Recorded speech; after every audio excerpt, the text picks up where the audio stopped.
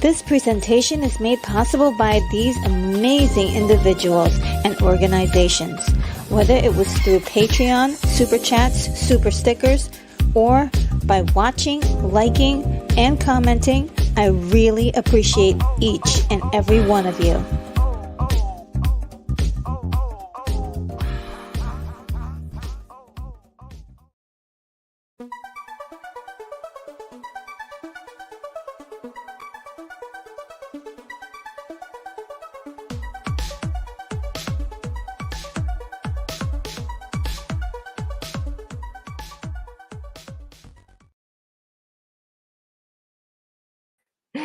Hi, everybody. Welcome to the show. I am Retro Nerd Girl, and I'm broadcasting live from the International Science Fiction Space Station. And today we're gonna just do some fun stuff. We're gonna be looking at the new movie on Netflix called Heart of Stone. I'll tell you my thoughts and what I think about the movie. And we're also going to look at some headlines that are happening in the film news space to see what's going on out there and have a little discussion about that kind of stuff. And let me see if I can get some, get a little banner going down here because I always forget to put my banners I hope you guys can hear me. But I just saw the oh, you guys, I don't know what just happened, but my um something just made noise back there. It's really wild. Anyway, yeah, I already took a peek at the comments, and you guys are just love you guys. Thank you so much for all the kind words already in the in the comments, and all of the awesome conversation that's going on in there. And Keith E says that he can hear me, and that is awesome. I'm actually gonna say hi really quick. I'm jumping down, but I'm gonna go back up. But APAS is here. Oh my God, APAS. Good to see you. Good morning. Yeah, just so wonderful to see you hang out in this area of YouTube. So welcome. Now, all the way to the beginning, the first comment today was from Lance Chafin. What? I haven't seen you in a while. Well, you've been around, but I definitely am so surprised to see you as the first one today, and definitely very, very thankful for the super sticker. Thank you so much. And it is a hot dog? It looks really good. I'm gonna assume that it's a vegan hot dog because I'm a vegan. So I know it's not the preferred thing, but definitely I'm loving it. Thank you very much, Lance. And I may be a little bit distracted because for some reason my Mandalorian figure in the back that has like a voice activation or something. It is really talking a lot this morning, and I'm not even touching it. So it's very kind of spooky, but also kind of nice too. I don't know. And oh, I want to give you a special thanks, Lance, for that super sticker. I really appreciate that. Let me see if I can get you a small token of my appreciation.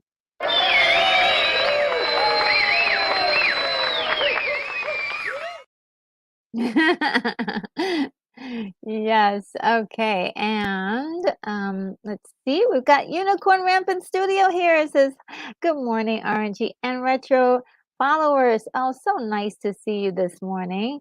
And we've got Brogu in the house, and I noticed you changed your profile picture. It's so cute. What a cute little guy he is. Yes, good morning. So glad to see you. And Keith E is here, says hello, is saying hi to Lance, and says it's an extremely nice day in Eastern Tennessee. So cool. Yeah, great to see you, Keith E. And thank you so much for all of your help. And I really appreciate everything that you do around these spaces. And let's see. Unicorn Rampant Studio says, I'm walking dogs and listening in. Okay, we won't try to distract you too much. Be safe. And let's see. I'm just going to zoom down really quick. People are saying hi to each other. And let's see. Um, and Lance is saying that he's just drinking some OJ, and reminds us that Dave Sundstrom is going to be on tonight. So if you guys want to see some really good retro stuff, do check out Dave's Sundstrom's channel. It's a wonderful channel, and he has really one of the best live streams. I think someone else who does a pretty amazing live streams, of course, is the Rash Pondo Pons, who has had quite a few in the last few days. And Lance says, talking about Kmart memories, and and mentions us that to us that he's on with Tug on Sunday, and Tug is the unapologetic geek. So I'll look out for that in my feed if I'm available on Sunday. Sometimes on Sundays I'm just wiped out.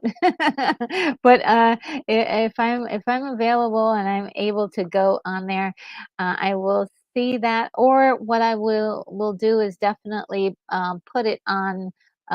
Make sure that I catch the replay. Um, and Unicorn Rampant Studio says, "Oh, I remember getting super great French fries and grilled cheese at some of the Kmart luncheonette. Totally wonderful childhood memories." Oh, well, when I was a kid, I used to always see commercials for Kmart, and I never got a chance to. We didn't have one where I lived. So it was Kmart was always a myth, and so was Walmart. Never had those where I lived. So they were they were just a myth, and finally got to be able to go to both stores later in life. And Lance Cheven says the blue light special. Um, and Unicorn says, yeah, but for some reason, I never needed any of this stuff from the Blue Light Special because it was never the toys. Okay. And if they said Blue Light Special Hulk action figures, I would definitely have had more than one. Oh, cool. Oh, yeah, cool. Hulk is pretty cool. Um, and Lance says, my mom got me a members only jacket there. Wow. And that's pretty cool. And oh, look, Cool Gamer is here. Oh, wow. Great to see you this morning. And Lance says, I love this intro. So cool. Thank you so much. I do love the intro. It's going to be, I'm supposed to try to minimize it or make it shorter, but it's going to be really hard to do that. And everyone is saying hi to each other. Let's see. Oh, and Lance also says, smash the like button. Thank you. Thank you, Lance, for reminding everybody to do that. Yeah. And APAS says, I'm so glad I caught you live. I have so much love and respect for you. Oh my goodness. Oh girl, I'm gonna give you a hug. Oh. Thank you so much. I have the same for you. Loving your shows on the Zod Writer channel, and all the success you guys are tracking in. It's really so cool to see. Definitely so cool. But I always seem to be just about busy when that happens. So I always catch the replay, of course, and support with a huge like. So hopefully the numbers will keep growing.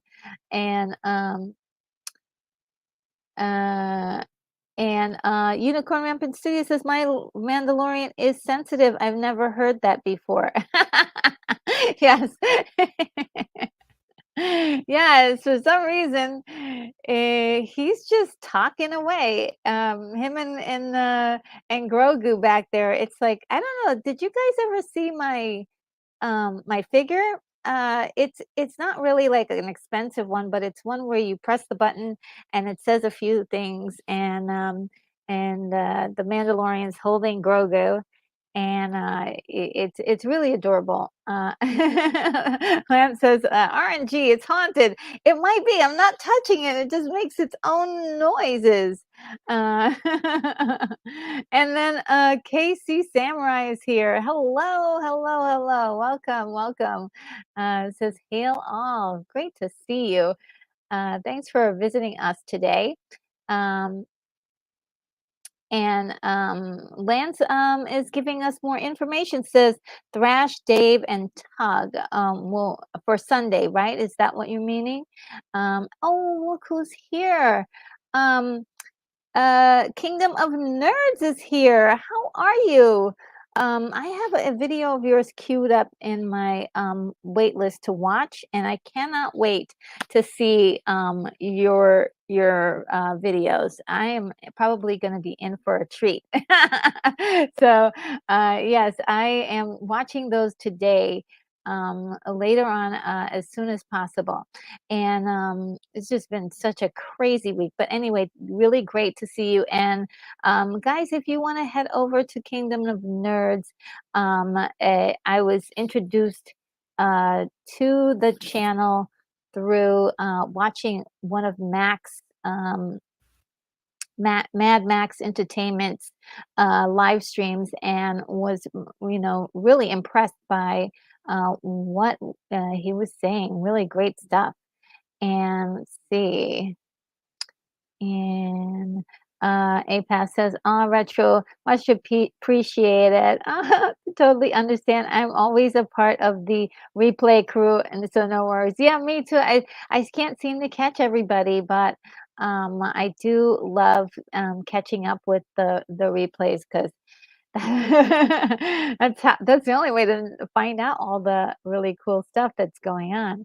And Kingdom of Nerds says, "You are more than welcome to the kingdom. I will save a seat for you at the round table." Oh, thank you. Wow. Thank you so much. All right. And more camaraderie in the chat, people saying hello to each other. We reached the end of that portion. And now for the topics of today. I can't wait to get into this, because let me just do this really quickly. Yes. Oh my goodness. My slideshow, guys. So, first up is Heart of Stone. Uh, what did I think of this movie? This is on Netflix right now. It came on the scene on August 11th, and this is starring Gal Gadot, and she is playing a spy, or an super agent, if you will. And let me just call up the information for this movie, so I can have the names really readily available of all the players. Take me a second. All right. Okay. So Gal Gadot plays Rachel Stone, who's also known as Nine of Hearts. Ooh. And I almost forgot, I do have notes for this on cue cards. So let me pull that out. My little cue cards. They're so amazing. I love cue cards. And I just do adore this movie.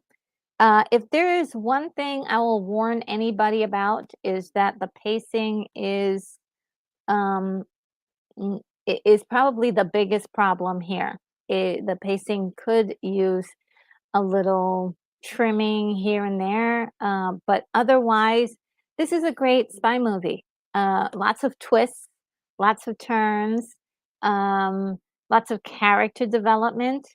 I had so much fun watching this, and definitely will watch it again. There is quite a bit of deception in this. Is really great. Lots of surprises for me. Um, it has A lot of people have said that this has the same premise as the new Mission Impossible movie, and I think it may be because they have, like, the same producers, or, like, there is somebody, um, that is in league with both movies somehow, through this entire process. But I do think that this has, it may have similar premises, but I do feel like this is special. Uh, this kind of brought me to, like, movies like Salt. Do you guys remember Salt with Angelina Jolie? Loved that movie. I think it's sort of like a throwback to something like that.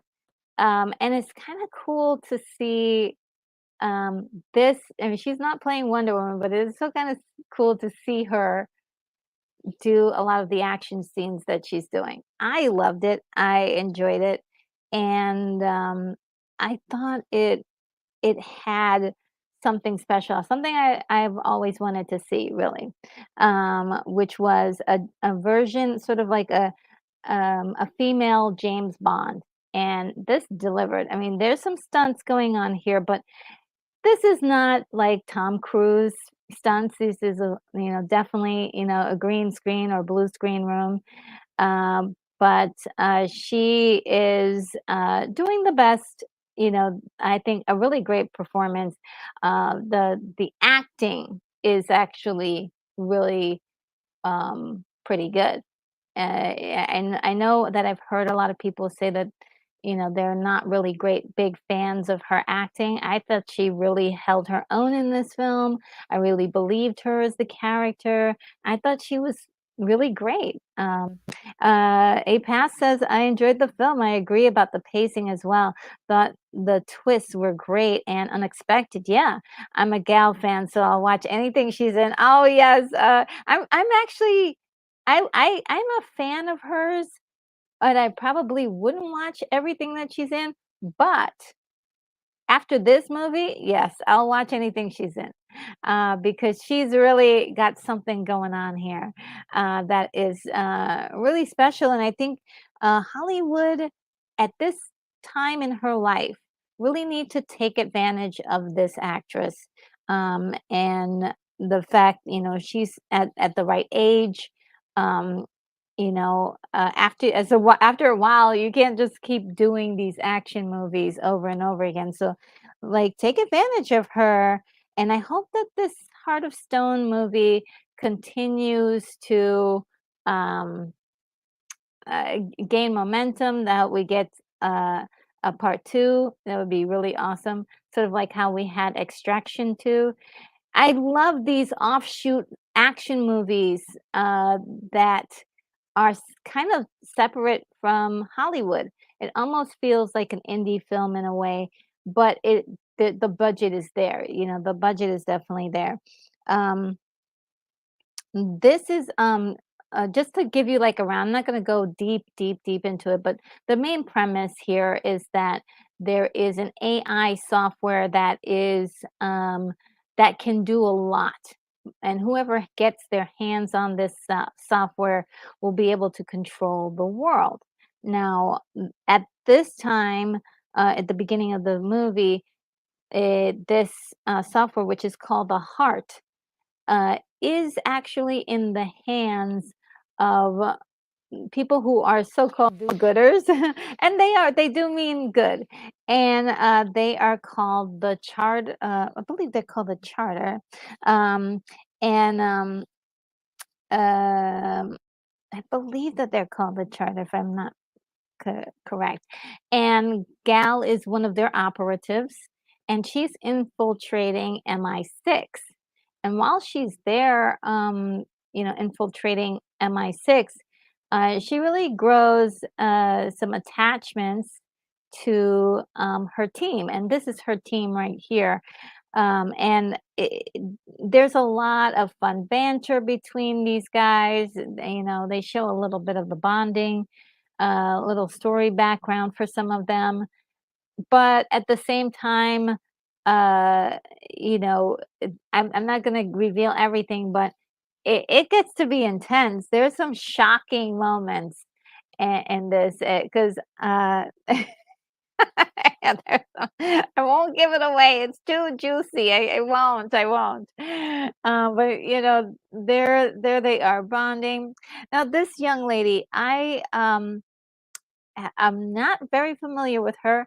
Her name is Alaya Bhatt, and she is an Indian actress. She was actually in RRR, and I had no idea that she was in RRR until this morning when I was looking her up.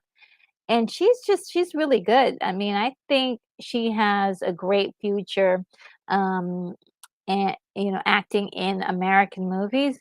I think uh, she did a very good job, is what I'm saying. And then on top of that, we've got Jamie Dorman. Let's see if I can um, Jamie Dorman. So she was fantastic. I loved her energy, everything she had to bring. Oh, this lady. Okay, so this lady, let's see if I can get Sophie Okonodo, Okonedo. Okonedo. Sorry about that. Her name is Sophie Okonedo, and I have don't remember her in a. I've seen her like in like parts in different places, all through like her career, but I haven't really gotten a chance to like dive into her material.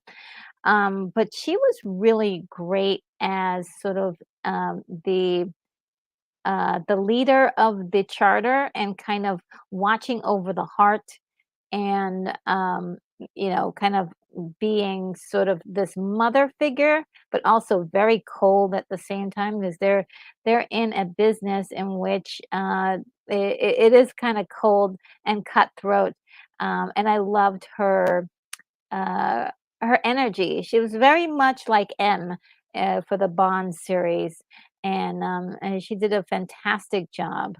There's Jamie Dillman, and he was fantastic. He was just incredible in this. Again, I really would like to see him in more things.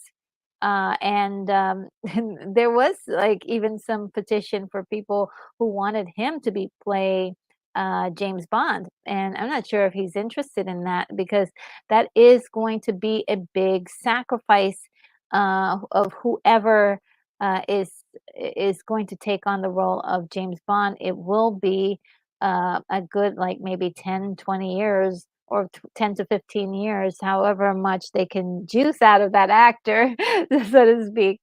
So, yeah, that's really impressive there, his work in the movie.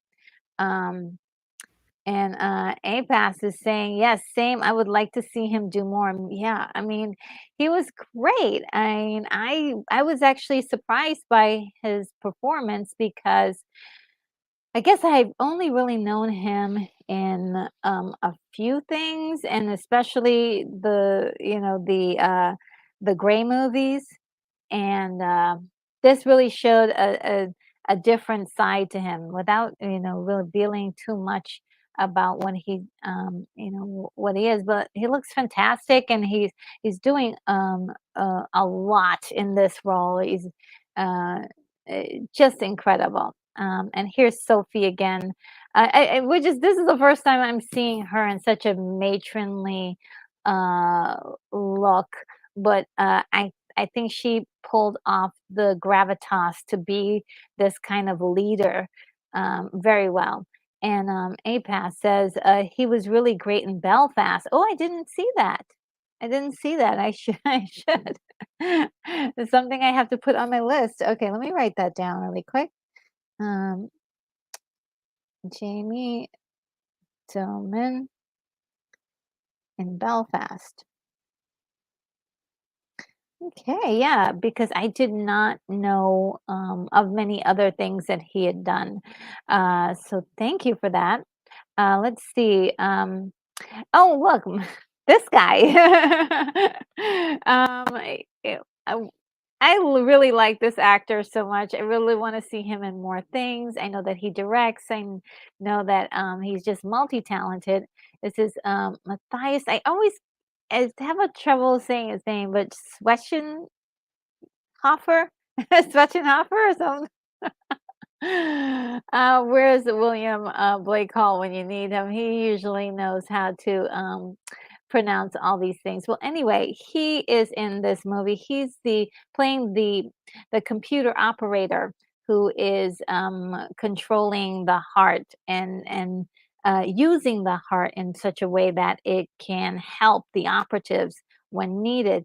And the young lady Elia is actually playing a hacker who is trying to get a hold of the heart because she really wants to use it to uh, get revenge for what happened to her and her village. So there's backstories on a lot of these characters. I know a lot of movies forget to do things like that. which is great. And one thing I love about this movie is that they travel. Okay, there's a lot of traveling going on in this movie. They're jet, jet setting all over the globe, and it's wonderful. So I do love that. I do love that. It really feels expansive and like a bigger story. And APAS says he was in Oppenheimer as Hindenburg. Oh, really? Oh, cool. Because I'm about to see Oppenheimer really, really soon. So I guess I'll see him in a few minutes. Oh, wow, cool. And uh, a we have this young lady that was in the film, but I was very disappointed that she didn't hang out a little bit longer. Her name is Jing Lucy, and she plays Yang. Um, yeah, she was great, and I loved her look and her energy. But that was the only thing I would say. Like, I would love to have seen a little bit more of this character. And look who shows up. Glenn Close. I was like, who? What? Where did she come from? Glenn Close is in this film. Ever so briefly. This is why I kind of love Netflix for this because somehow they're able to pull in these stars out of nowhere. Like they cloned Tyrone, pulled out um, oh, what's his name? Kiefer Sutherland, like, out of nowhere, and so it's kinda nice to see that, Glenn Close is still doing roles, even if it's small, in a small, movie like that. I think, it was a great moment for her, and she proves that she still has it, you know? Um, and, what else? Is there more? Is there more? Is there more? Um Yeah, just I mean, I absolutely love it. There's also a play in this that really kind of is interesting where they talk about um like different cards. So each operative has a a card from like the deck of like playing cards and from the charter. And so you have the kings, which are the leaders of the charter, whether female or male, they all called kings because they reside over specific areas of the charter, which is split up into four groups. And then on top of that, uh, uh, stone is actually the nine of hearts. I love that part when she's like, "This is the nine of hearts." I was like, "Oh, that is so cool." Love little things like this. And Apaz said, I was disappointed that she wasn't in it longer too. Yes, I mean, I thought she was so good and she gave so much. She gave a lot of great energy in the scenes that she's in. And says APAS says Glenn Close was so random but a pleasant surprise. Yeah, just out of nowhere, she just shows up. I was like, wow, that is pretty cool. But yeah, I did love, Gal Gadot in this. She looked absolutely gorgeous, and I'm not sure. Like a lot of times, people like wonder. Like sometimes, these agents, like, are they going to be able to handle themselves in a fight? And there were one or two moments where she was getting her butt kicked. Or booty kicked or whatever is more pleasant. She was really getting like, I was like, oh my God, how is she going to survive this? Was really brutal. So they don't make it easy for her to survive.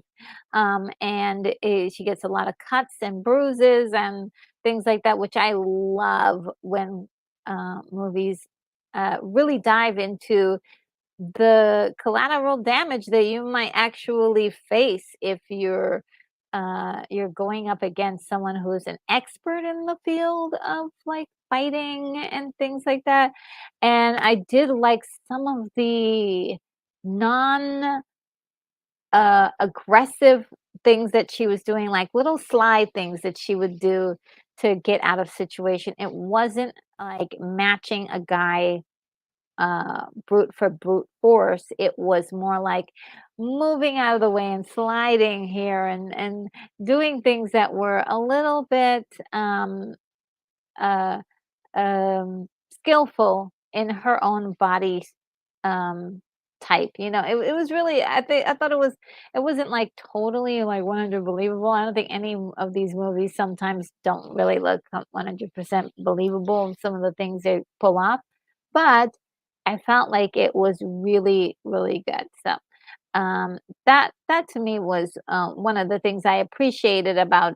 They didn't have her fight like a man. They had her fight like somebody who knew how to do some things, but also had a different skill set, you know?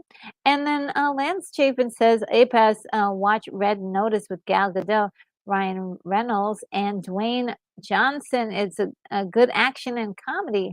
Oh, yeah, did you see that one? I, did not get to see, Red, Notice just yet, and I think I'm gonna have to, so I'm gonna put that on my list too. Um, Red Notice. Yes, I'm gonna have to watch that one too. And, oh, APAS said that she's watched it, but I liked Heart of Stone better personally. Really? Oh, wow. Wow. That's pretty cool. Um, let's see. Um,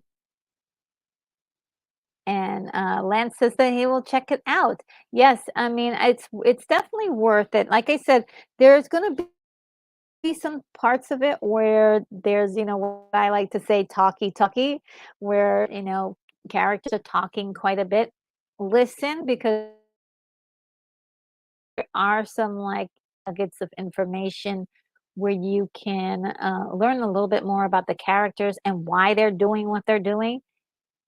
And then, there are some key areas where there's a lot of action that, they do, go through and experience. Big action scenes, that I was actually surprised. I was like, "Wow, they're doing that in this? Okay, I got it." I mean, I from now on, I'm never gonna doubt, the action movies on Netflix. It's now becoming, like, the place to go get modern action movies because nobody it seems like Hollywood is afraid of these movies, to put them in the theater unless, you're Tom Cruise or something like that. They're expecting billions of dollars from all of these movies when it would be nice for them just to make a profit on these if they could just keep the budget to a manageable level. Um, and so, yeah, again, wonderful.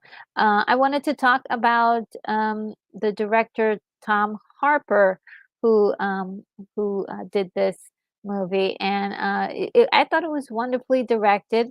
The only thing I would complain about, besides the pacing, um, was the color grading. I would love the colors to be punched up a little bit more, um, just a tad, but I know that he was going for a mood. He was definitely going for a special mood, and so I see what he was definitely trying to do here.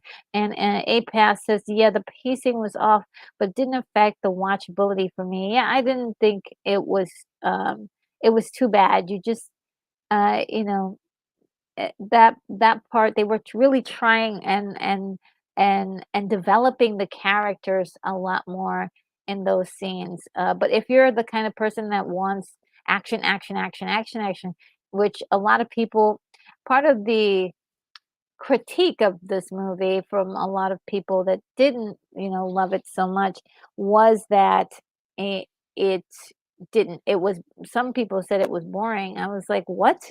I didn't understand that. But if you're expecting like a spy movie where there's like explosions in your face every 5 minutes, and people are running exposition while explosions are happening in the background, that's not quite this, but there is some of that and then there's moments where it's quiet and it's like, they're developing the characters, and, I just let it, play on, and I enjoyed it quite a bit.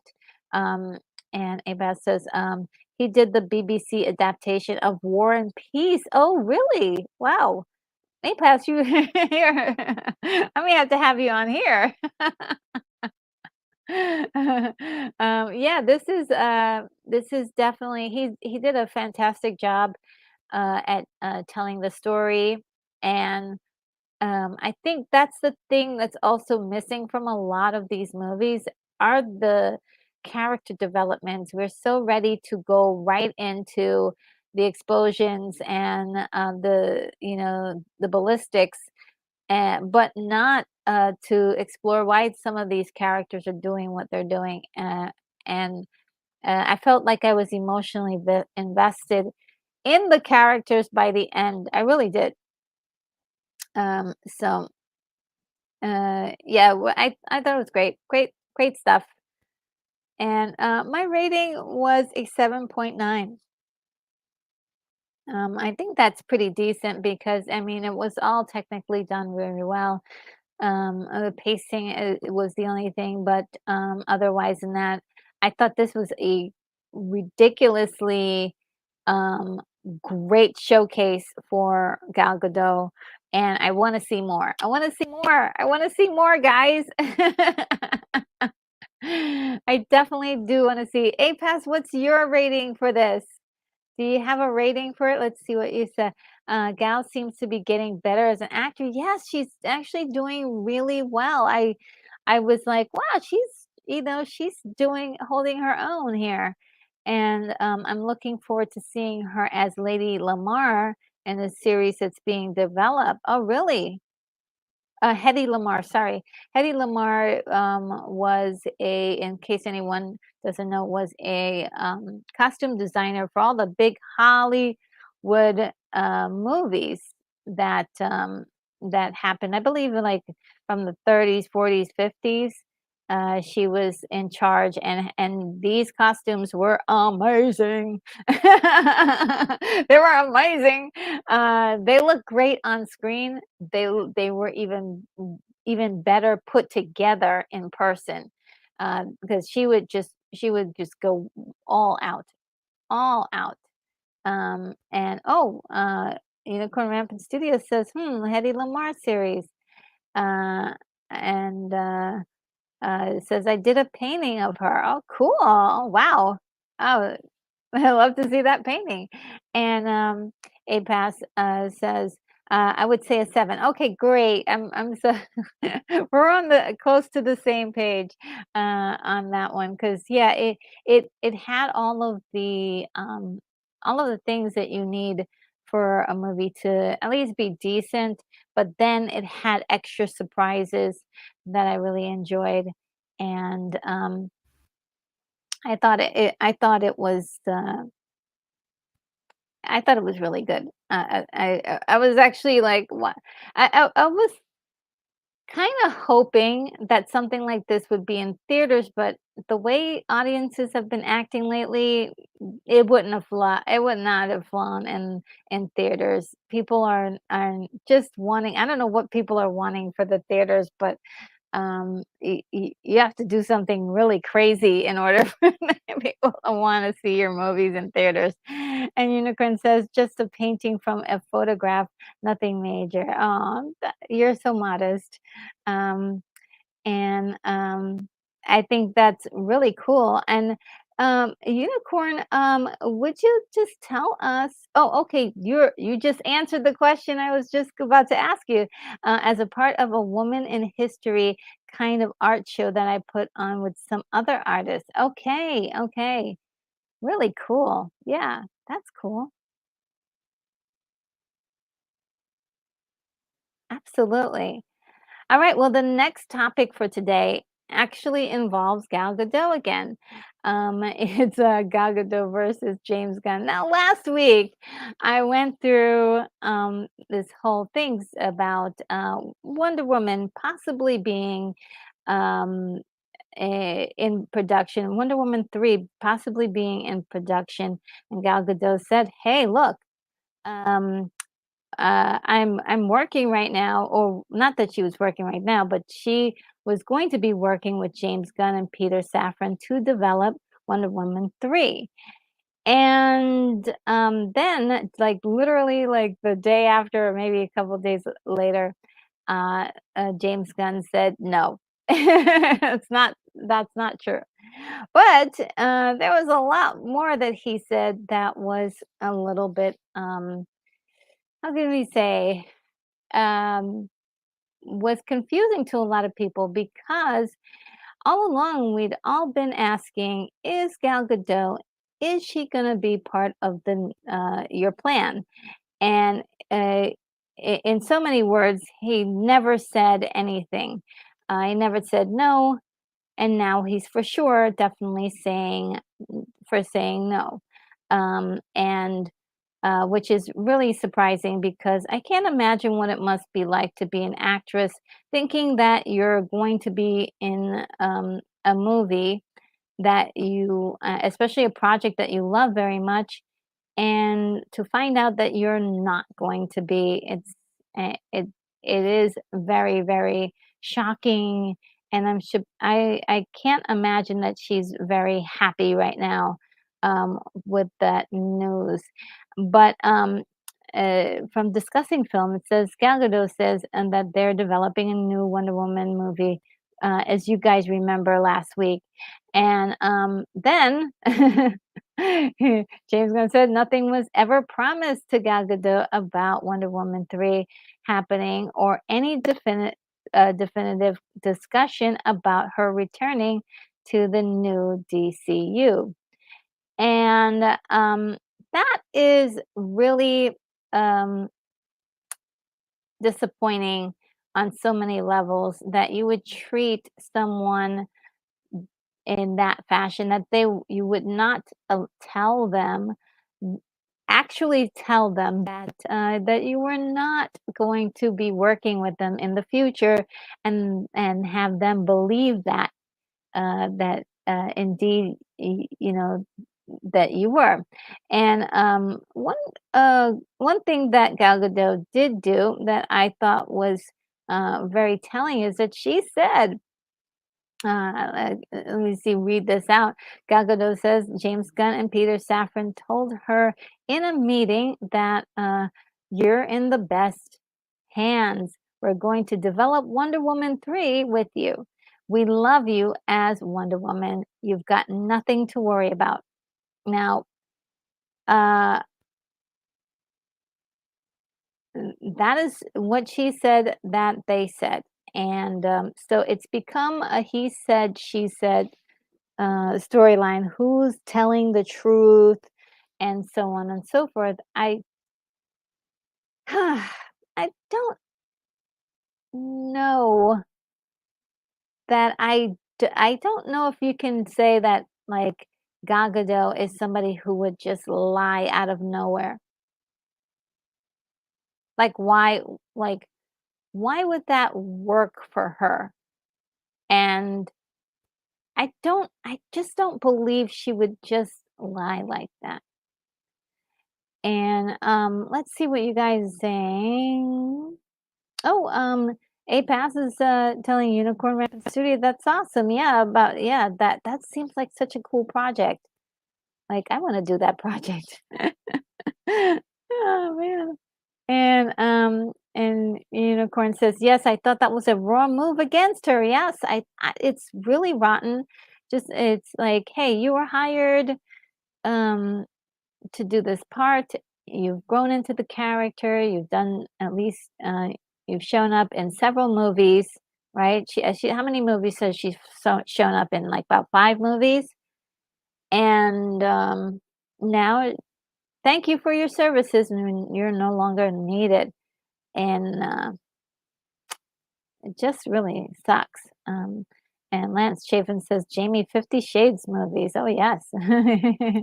Everybody can remember those.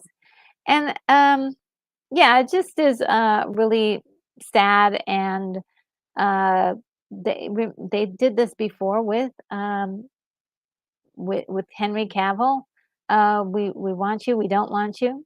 And so it was left up to, yes, Henry is trying to manipulate his way back into being Superman. And Gal Gadot is lying. She wants to strum up more uh I don't know what was the thing. She wants to strum up more publicity for her movie.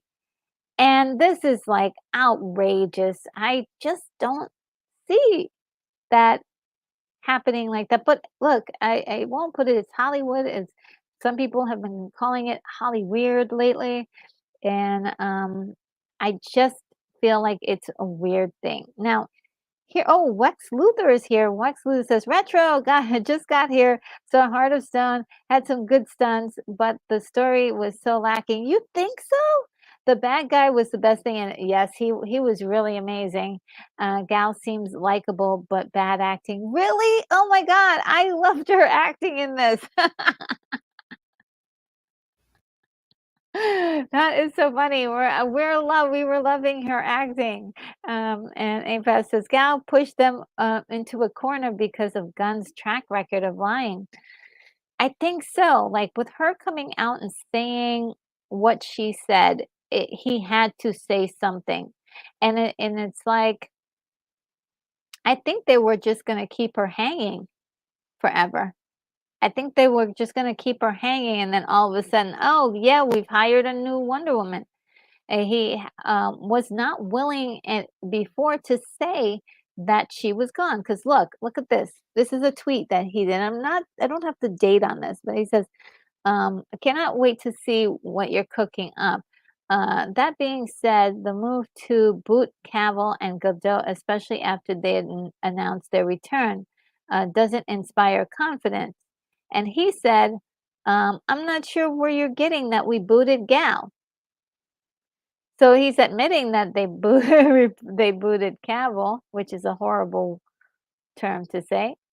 But he's defending that he did not boot Gal, which is incredibly untrue because as soon as he was hired and as soon as he started putting together his plan, he knew exactly who he was going to keep and who he was going to let go.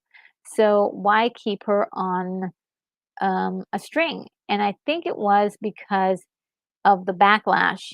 Already had backlash for Cavill, already had backlash for Ben, already had backlash for um, a whole lot of stuff he was doing. And this is another way to, not really have to deal with it until you really have to deal with it. And so this week, he really had to deal with it. And I don't blame Wonder Gal. Look, I'm calling her Wonder Woman. I don't blame Gal for like, hey, I need to see, I need answers. And William Blake Hall is here. Hello, William.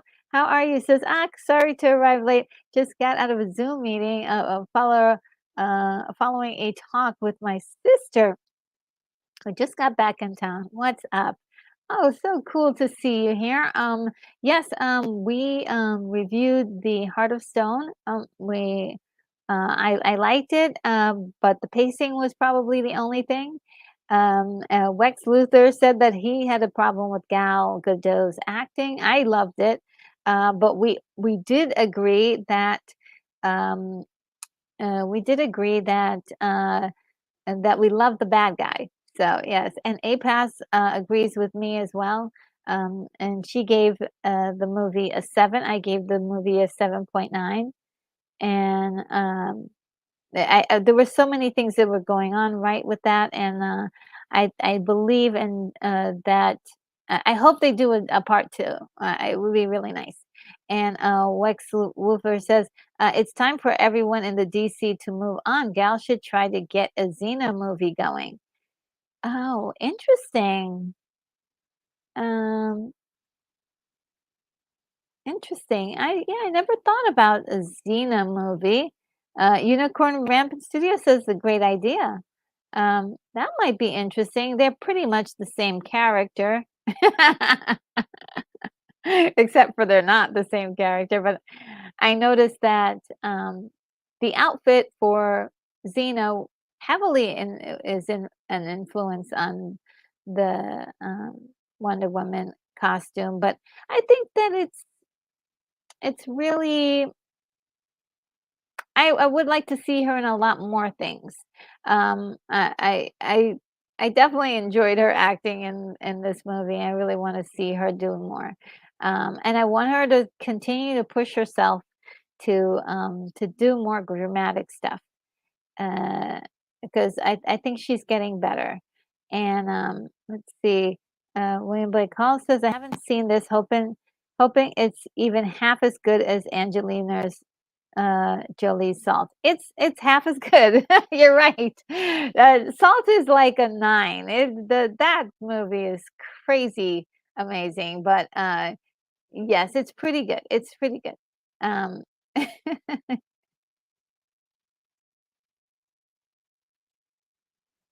I'm laughing. This is funny. Sorry, you're in a Zoom meeting. It's good to. It was a good one. I repeat, Zena, bring me up to speed. um, and William Blake Hall says, "I see. Not sure. I see Gal flipping in the air, going, yeah, yeah, yeah, yeah, yeah." I forgot that sound that she makes. And oh, Hungry Jerk is here. Hi, Hungry Jerk. How are you? Gosh, so good to see you. And APAS says, poor Henry, man. Yeah, Henry got. I thought they got everybody got really done dirty, but I can understand moving. Us wanting to move forward, but this is pretty. Uh, I don't know. I'm just thinking about how I would feel if I was an actor, and I'm thinking that I'm working with someone on a project, and to find out that they're not doing anything. So, and he says, all of a sudden the chat is alive. It's alive. Yes, it is. I got like a boost of everyone writing at the same. And Hungry Jerk says, I don't care for Gal. We'll never see her movie. Oh, okay. And Lex Luthor says, not the same at all. Hot women with swords, but beyond that, very different. Okay. I take it you're a Xena fan. William Blake Hall says, yeah, I tend to see Gal slinking around the Louvre roles like that. Oh, okay. Um, and Akaz says, correct me if I'm wrong, but I think that think at Tadum, they said that this was the first part of a trilogy. Yes, I hope so. Oh my goodness. I really hope so. You just gave me some great news. Okay. And El Necron says, good morning, Retroites. Oh, so cool to see you here. Great to see you, El Necron. Let's see. And Al Necron says, it says hi to Brogu and says, this is the way. Oh my gosh. This is the way, says Brogu. As my Mandalorian in the back starts speaking. Uh, and uh, and and let's see what William Blake Hall says. So I can put out a review. It's half as good as Salt. Maybe a little bit more than half, but it's not quite as good as Salt, but it is definitely in the same flavor and the same vein. If you were missing that kind of content, and I have been looking for such a thing. I always love seeing a good female James Bond movie, and that's what the flavor of this kind of was. And but without saying I'm a female James Bond, you know what I mean? Mel Necron said, "I thought Gal was good and hearted. I thought she was good too." Lex Luthor says, "Not a huge Xena fan, but she's great. She's a great fantasy character with a lot of potential." Oh, yeah, yeah, cool. Yeah, I mean, I really did like Xena back in the day, but then the show got a little weird, and I still liked it. It's just was a little bit crazy. And A Fast says facts on that ground. And William Blake also says, yeah, that would what would it take to get another long kiss goodnight? Ooh, what a movie! Ah, William, your memory, okay, is staggering, but yes, that movie, that movie, that movie. It's one of my favorite. I loved it, loved it, loved it. Um, Wax Luther says, "Haven't seen, Salt in a long time. Put it on my watch list, please. Put it on the watch list, please." Yes. Yes, yes, yes, yes. So I'm gonna, go ahead and, move on. I think, um, there's just a bunch of em text not text messages, but, tweets that where people have been asking him like, "Hey, what's gonna happen? What's gonna happen?" And he's like, "Oh no, we didn't let Gal go." And so it was very, very strange to say he had no plans. So I think he was thinking about trying to use her in something, and then changed his mind, um, and then didn't let her know, which he should have called her immediately, called a meeting with her and said immediately, "Hey, look, we don't want to keep you on a hook, and we're just not going to be able to go forward with Wonder Woman 3, and just let her know for sure what is going on." And so that's kind of one thing that he did say was that they didn't have a meeting, and here he is in the text message. I'm sorry, not the text message, the Twitter, uh, uh, saying that he indeed did meet with her. So, which is it? Did he meet with her or didn't he meet with her? According to his memory, and yeah, that it's very fishy at best. But Grace Randolph did a little poll, and I thought that it was an interesting poll to see what do you believe happened. Did Gunn and Saffron really tell Gal Gadot they'd make a new Wonder Woman movie together? And over um, 48% of people said yes, but never meant it. So a lot of people believe that. And of all the other choices, um, the next one and it says yes, but changed minds. So that's very much very popular opinion as well.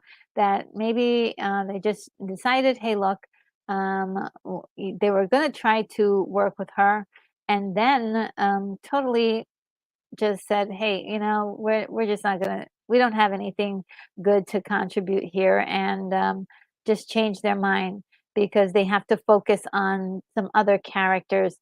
And the next one is "Nice try, gal," that she actually, um, uh, is scheming to get something out of this. And then the other one is the last one was that uh, no, gal honestly mistaken the what they said, which is the same thing that was said about Josh Whedon said about Gal, that she didn't understand what he was saying when he was saying the words that he was saying to her that were very offensive. So I think people are using her accent against her to to say that she doesn't understand English fully, which is really another level of low. And I hope that you know It's really frustrating to see this, to see actresses being or actors in general just be treated like this. Um, and William Blake Hall says, "I don't think you reviewed Long Kiss." No, not yet. I shall. I'm still in the 70s, 80s, 60s kind of era of filmmaking. I'm not quite yet in the 90s, but I'm gonna start doing a few more of those. Um, Definitely, Long Kiss Goodbye is a classic in my eyes. Very great action movie, spy thriller. So now we can talk about Blue Beetle. Blue Beetle last night seemed to be the big night that everybody went to go see the screenings of the the high end movie critics that go see these kinds of things before the rest of us. And Overwhelmingly, there have been positive reviews. Now, there were a lot of positive reviews from a lot of the other movies, superhero movies from Warner Brothers Discovery as well. But and, uh, this movie in particular has been getting a lot of um, flack on one hand for being sort of what can I say, like seem to be like politically charged in the trailer. But a lot of people who've actually seen the movie have said that there is some of that in the movie, but on the most part, the story, the family, it's very family oriented, and there's a lot of there's comedy. Some of it hits, some of it doesn't. But on the most part, people really like this origin story. Uh, and so we shall see at the movie theaters, right? Because we've seen good um, reviews come out and then see like absolute flops and at the box office. So it is something we'll have to check out and wait and see. But it's really nice to see how compare the reviews and then a week from now see how things are going. And I do believe that, let's see, I will read this off. Oh, let's see. We got a new person in the chat. We've got Outcast Creative in the house. How are you doing, Lance? Says, hey, Retro, just watched this film Heart of Stone. I wasn't mad about it. Godot struggles to lead the film, in my view. Um, she was good, but not quite heavyweight enough for me. Oh, okay. That's fair enough. Yeah, I we and there's lots of different opinions happening today on the as far as who like what people thought of it, and I personally loved it. I really want to see more. I want to see part 2, 3. um A Pass told us that this might be part of a trilogy, which I'm just like, yeah, I'll take it. Just I just enjoyed it a lot.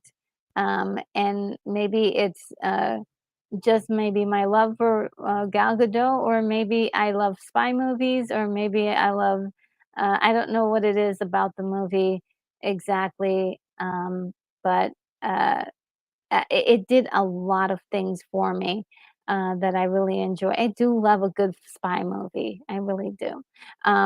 With gadgets and things like that. I was even a big fan of the Spy Kids movie back in the day. So I do love me a good spy movie. Now I'm just gonna read this really quick. It says new DC superhero title Blue Beetle is poised to halt Barbie's 3 weekend streak with 28 million to 32 million opening as an estimate. And the Angel Manuel Soto directed Blue Beetle is over indexing with Latino and Hispanic audiences. Hence, the hope is that there will be plenty of walk up business, which is the case with Warner's. Um, the Meg 2, the trench, hitting 30 million to start at the top of its weekend. Blue Beetle crawls into three 38 sorry, the 3,850 locations. Sorry, not 3,800, but 3,850 locations, and will pay and play in IMAX. In addition to the DC superhero movie, which was originally conceived for Warner streaming service Max, will play in Dolby Cinemas, PLFs, drive-ins, and motion seats. Previews start Thursday at 2 p.m. And this was from Deadline. Sorry about my bad reading, guys. Yeah, so it's we'll see finally like what the audience scores are going to be, because that's really the true determination of what's going to happen with Blue Beetle. And uh, APAS says at work listening. Oh wow! Well, thank you for including us um, in your day, and I hope my reading wasn't too bad. It was really bad. Um, Outcast Creative says, I would happily watch another one. Felt like there could be another Bond franchise, but I knew Dorman was. Uh,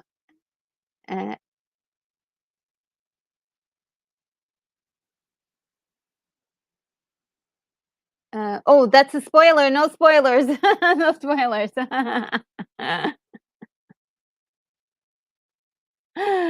No spoilers. No spoilers. We haven't gone into spoilers today. Just a general um thing with the story. I didn't want to give it away. So, Disney is getting sued, guys.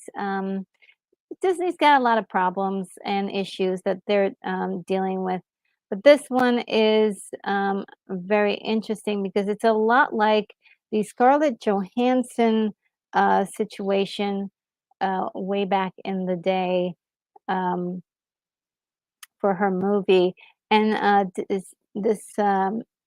let's see, Disney has been hit with a lawsuit, a lawsuit in Los Angeles Superior Court by film financier TSG, which claims that the media giant used nearly every trick in the Hollywood accounting book to hoard hundreds of millions of profits.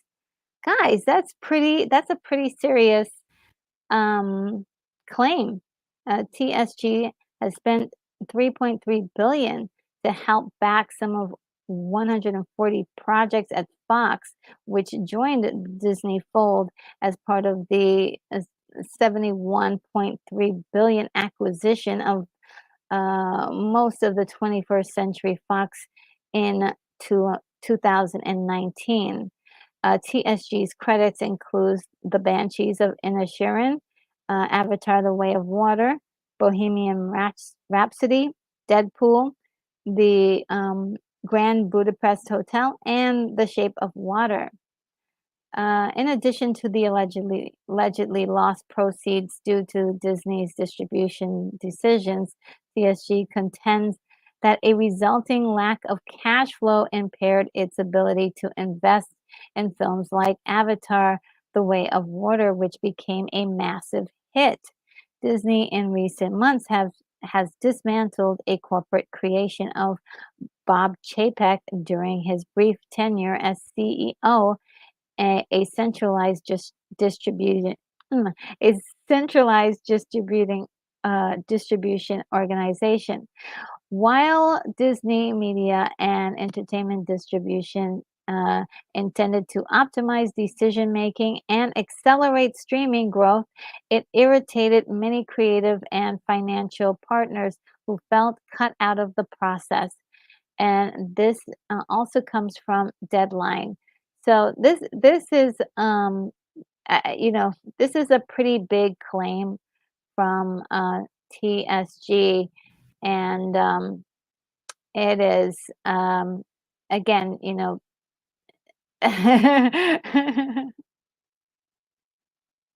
It is definitely something to for us to just know that that's happening with Disney along with all of the other stuff.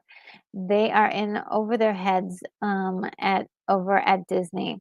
And Necron says, "Don't hit the like button," and then says, "Don't forget to hit the like button." I mean, thank you so much. You were so kind.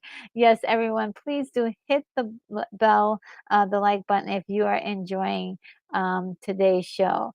It really means a lot for my content. And Outcast Creator says, "Oh, okay, my bad. Oh yeah, you're good." um, and says, "No deal for the Writers Guild of America just yet." So there was uh, a bit of update on this yesterday. So here we go. The Writers Guild of America responded Tuesday to the latest proposal from the Alliance of Motion Picture and Television Producers. But any hopes for any easy resolution of the 106-day strike were quickly dispelled. The WGA did bend slightly on a few items, according to sources familiar with the talks, but the union negotiators did not offer a significant concession that the studio side was looking for in response to its own offer. The Guild has continued to hold on to its proposal for a minimum staff size for TV writers, though it offered to lower the minimum by one writer. But the Writers Guild of America was unimpressed with the AMPTP's offer to give showrunners the authority to hire up to a certain minimum, which would increase based on the production budget. And that was from Variety. And That's just a little update on that. Um, and Anybody have any feelings about this? I mean, because it's already been 106 days. Are we in for the long haul with this? We're looking at maybe this going on for another 100 days?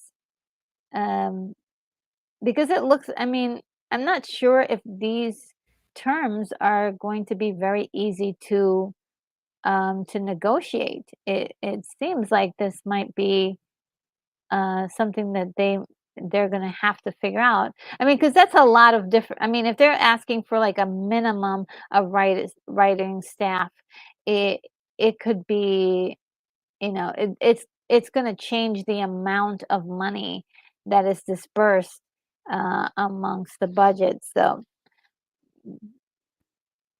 that's something.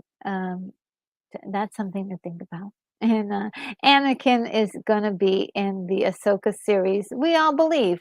We heard his voice in the trailer, and so people are like losing their minds with happiness and joy that he is probably going to be in the Ahsoka series. At least we have a an audio that this was indeed Hayden Christensen, who actually is voicing some words to Ahsoka of encouragement, and it looks like this might happen. This might happen, guys, if they can get the de-aging down correctly.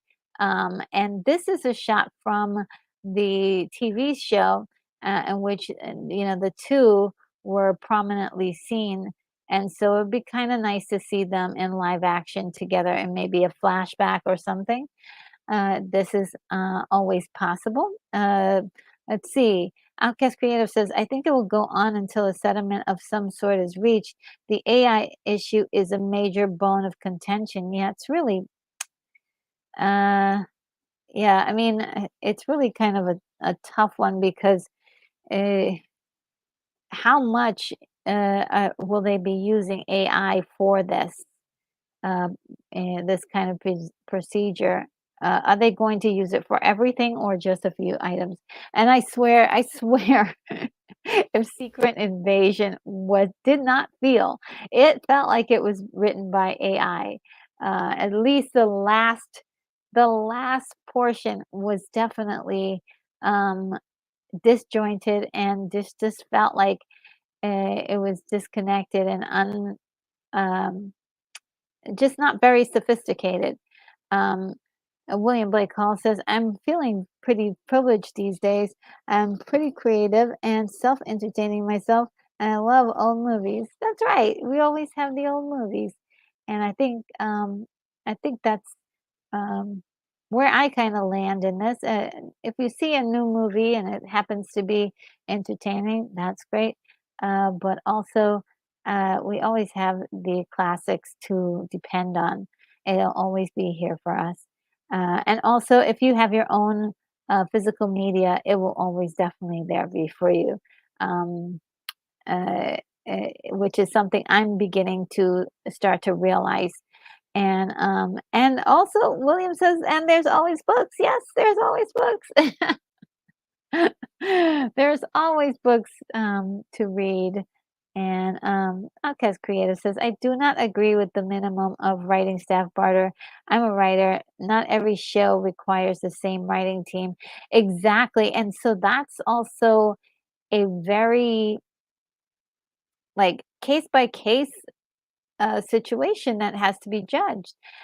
Because if you're the showrunner and you did happen to write a lot of the materials and you don't want it being messed with, how many writers do you need to write, within the series? Um, it's and do they share your style? Do they share your voice?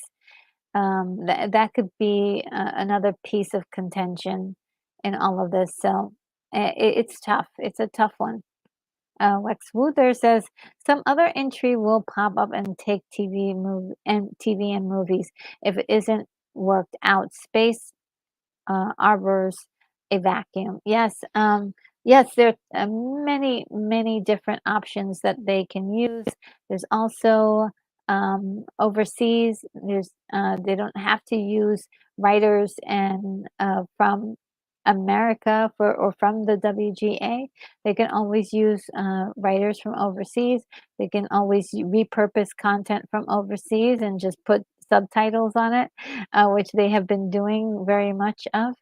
And or getting British actors and actresses to do American accents on voiceovers and things like that. So there are many ways to get around the strike than maybe it was in the 60s. The 60s didn't have as many things at their disposal. Now how many, there are just so many things that they could do. And they could also re-release older content, older movies that has worked in the past. And so it is definitely going to be a trying time, but I also believe that hopefully especially for the actors, that they're not going to have that whole situation where they're going to get their face scanned and their body scanned and receive no money to help them, pay their bills. And writers will be compensated appropriately. And so that is mainly what is the big issue, the big issue. And let's see. And with William Blake saying that there's always books, Outcast Creative says amen to that. And William says, this is a hot iron that independents can strike. Yes, yes, and they have been, because there are certain companies that have been given the green light from the various associations to move forward, like A24. A24 is is basically agreeing to all the demands of the actors, and I'm not sure. I believe if it is also for the writers as well. So they're moving forward with all their projects, and they will have movies out in the theaters when the rest of the companies will not. So it'll be very interesting to see how if that changes A24's or enhances their reputation.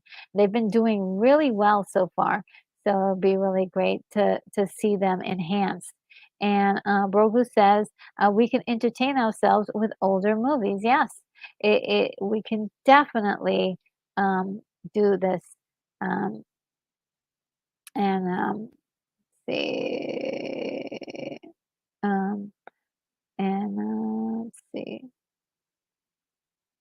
And Outcast Creative says, Richard Girl, when are you going to present a show full uh, Ahsoka mode? We all want to see you with that hairpiece and stripes and all that. Absolutely not. No Ahsoka. Maybe when if they make it easy, maybe so. I don't know. We'll see. Mike Swoother says, "Does anyone other than the super hardcore fans care about Ahsoka? Why have any confidence in it?"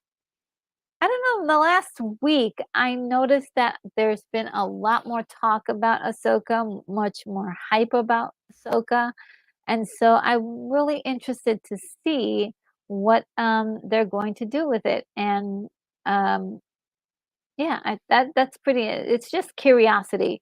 Are they gonna wet the bed or are they gonna land the plane? Like, it's very interesting at this point. Um, and, what is this? This is like, Dave Filoni's baby, and so, we're anxious to see what he can really do as a director. William Blake Hall says, Outcast makes a good point. RNG can cosplay Ahsoka as she talks about Ahsoka. No, no way. There's a lot of work that goes into that kind of stuff, and I don't even have a costume, so I can barely do what I'm doing now. So I can, but it would be fun. It would be fun. You guys are making some good suggestions, but I just um don't see it, but let me think about it. Let me think about it. Maybe. We'll see. Maybe for the finale. Maybe for the finale. I'd have to ask myself, okay, where would I find one of those headpieces? Um, or how do I make one? And the Outcast Creator says one size makeup um, for anything team could be driven by the content and nature of the show as being creative. Yeah, I don't understand the demand for a certain amount of writers to a show. And also, do you need 12 writers or, uh, or 6 writers to write a 6-episode show? I think I think this is where we also get into weirdness when we have these like shorter series, right? We have these shorter series, and these series, like, there's 6 episodes and 8 episodes. Like the Ahsoka show, has series has 8 episodes. Like, with so short of episodes, do you need like a team of writers for this? It boggles my mind because if how can we make sure that the core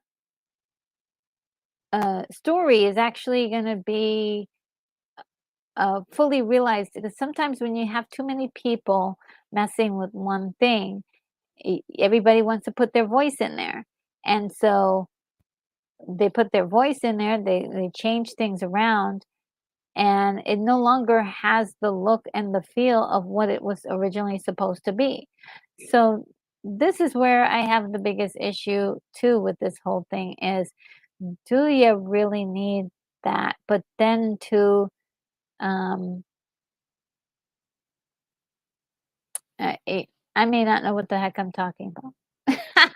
Is also the thing. Like, maybe there's something else to this that we don't know anything about, that's happening behind the scene. Also, look, if you have fewer writers on a writing team, that means that they get paid more money, right? Wouldn't they get a bigger piece of the pie? I would think so, but I mean, I could be wrong. I could be wrong. I don't understand a lot of things that is happening here, and I wish they would, if they're going to share that with us, at least share um, uh, the reasoning a little bit for us, so we can be fully on board. And Outcast Creative says, I'm not a hardcore super fan, but I like the character of Ahsoka. I am a massive Rosario Dawson fan, so it's a win-win for me. Oh, cool. This is right up your alley. Um, and I Ahsoka, I do know a brief history of her background and maybe a little bit more than a brief history of her background, a little bit more than that. But I do love um, how Rosario is playing her. I think they got the look down very well. I think she studied the animation very much, and she definitely represents an older version of that character. Uh, the thing that I'm having an issue with is that there's of course going to be some time traveling things happening in the story, and I'm not sure that's, something I wanna, embrace. Oh, I better catch up with the chat. Oh my goodness. And William says, "I agreed. Rosario Dawson is also an outcast." And, oh, look, Pondo Pons is here. "Hello, Thrash, how are you?" It says, "Hey, cats and kittens."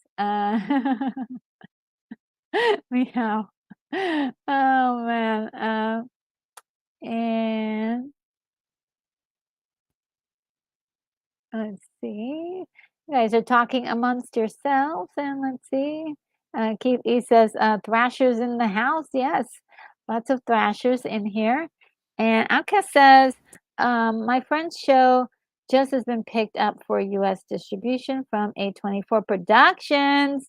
It's called Dreaming Whilst Black. It's very funny." Oh, okay. Have I? Did I hear about this before? Hmm, okay. Yeah, A24 is like a place to watch. Watch what happens there. The Outcast Creative says, "Another vote for Retro doing Ahsoka cosplay here." Wait, did I mention it already? Sure. Uh, and let's see.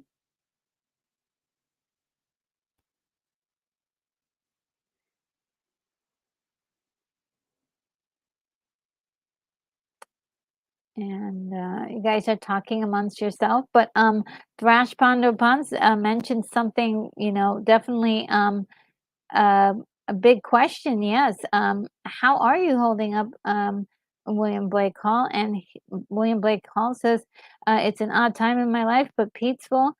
My sister is a tremendous help. So awesome to have family members at a time like this. Thank you for spending time hanging out with us too, while this is all happening.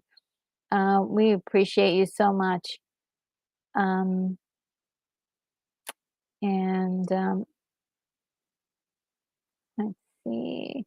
Wax Luther says, "Let's do a GoFundMe for Retro's Ahsoka costume, lightsabers, and all." You guys are. Oh man! Oh man! Oh man! Oh man! Oh man! We'll see. I'll look into it. Oh my goodness. Unicorn Rabbit Studio says, "Hey Retro, I'll do a ghost of Qui-Gon Jinn if you do Ahsoka," I say, because he's the only character I truly love in the entire Star Wars universe. Oh, um, okay, but I'll only do it once. I'm not gonna do it for the whole show now. And now I have to figure out what kind of costume she's got going on there. This is gonna be weird. And I'll try. I'll definitely try. If it doesn't work out, I hope you guys don't get mad at me. William Blake calls this. So long as it's a simple costume, we need to go easy on our retro. Thank you. Oh, Unicorn Rabbit Studio says maybe we could do a little dialogue where you're suspicious of Anakin. Ooh, like a little play or something. That might be fun. Um, and says, and I will talk about how I met Darth Maul. How I'll talk about how I let Darth Maul murder me. Yeah, that was the I'm still trying to get over that because 'cause I'm like, how?" Wex Luther says, "Yes, you can have, too many cooks in the kitchens." Yes, I think so, you know, at some point, you just need it's always great when you have someone with a vision. It just seems like at least even if it's a bad vision, they go for it, and it's, like, hilariously, like, funny. Uh, you know, it's at least entertaining, but, when it's, yeah, when there's too many people messing around with it, it loses some of its potency. Thrushbound Upon says, "Reginald Girl RNG, would you, object if I shamelessly plug my channel here in the comments?" Absolutely not. You've gone ahead and plug away. Anybody, any mod, going ahead and, hold on, um, and post, the link to, Thrash's, channel. He has a great channel. If you like retro, conversations, he talks about movies, TV shows. He even has, like, a little trivia section that he does at the end of his live streams that is just really great. Um and makes me think. It makes me use my brain, and I like that. Um, and, Keith E says, uh, oh gosh, why didn't that light up? Ugh. Oh, wow, what's happening to my computer? Um,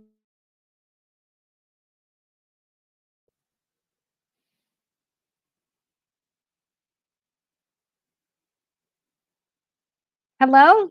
Oh gosh,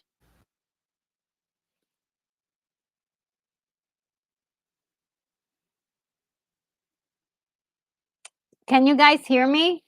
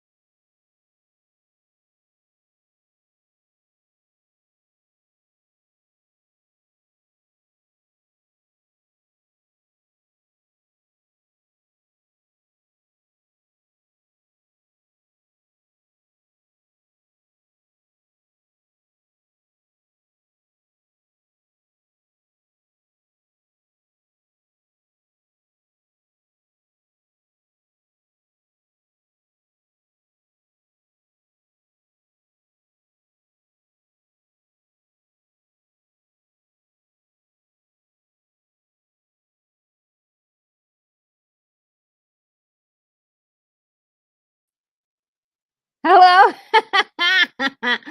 Woo! Oh my god. Yes, I'm so sorry about that, guys. It looked like StreamYard just blanked out on me. And that's why I was able to at least leave a message, for you. Let's see.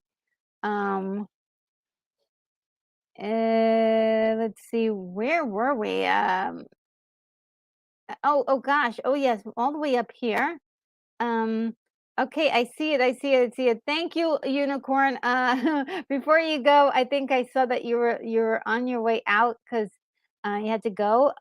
So let's see if I can say a quick thank you. Here's one that I think you'll enjoy.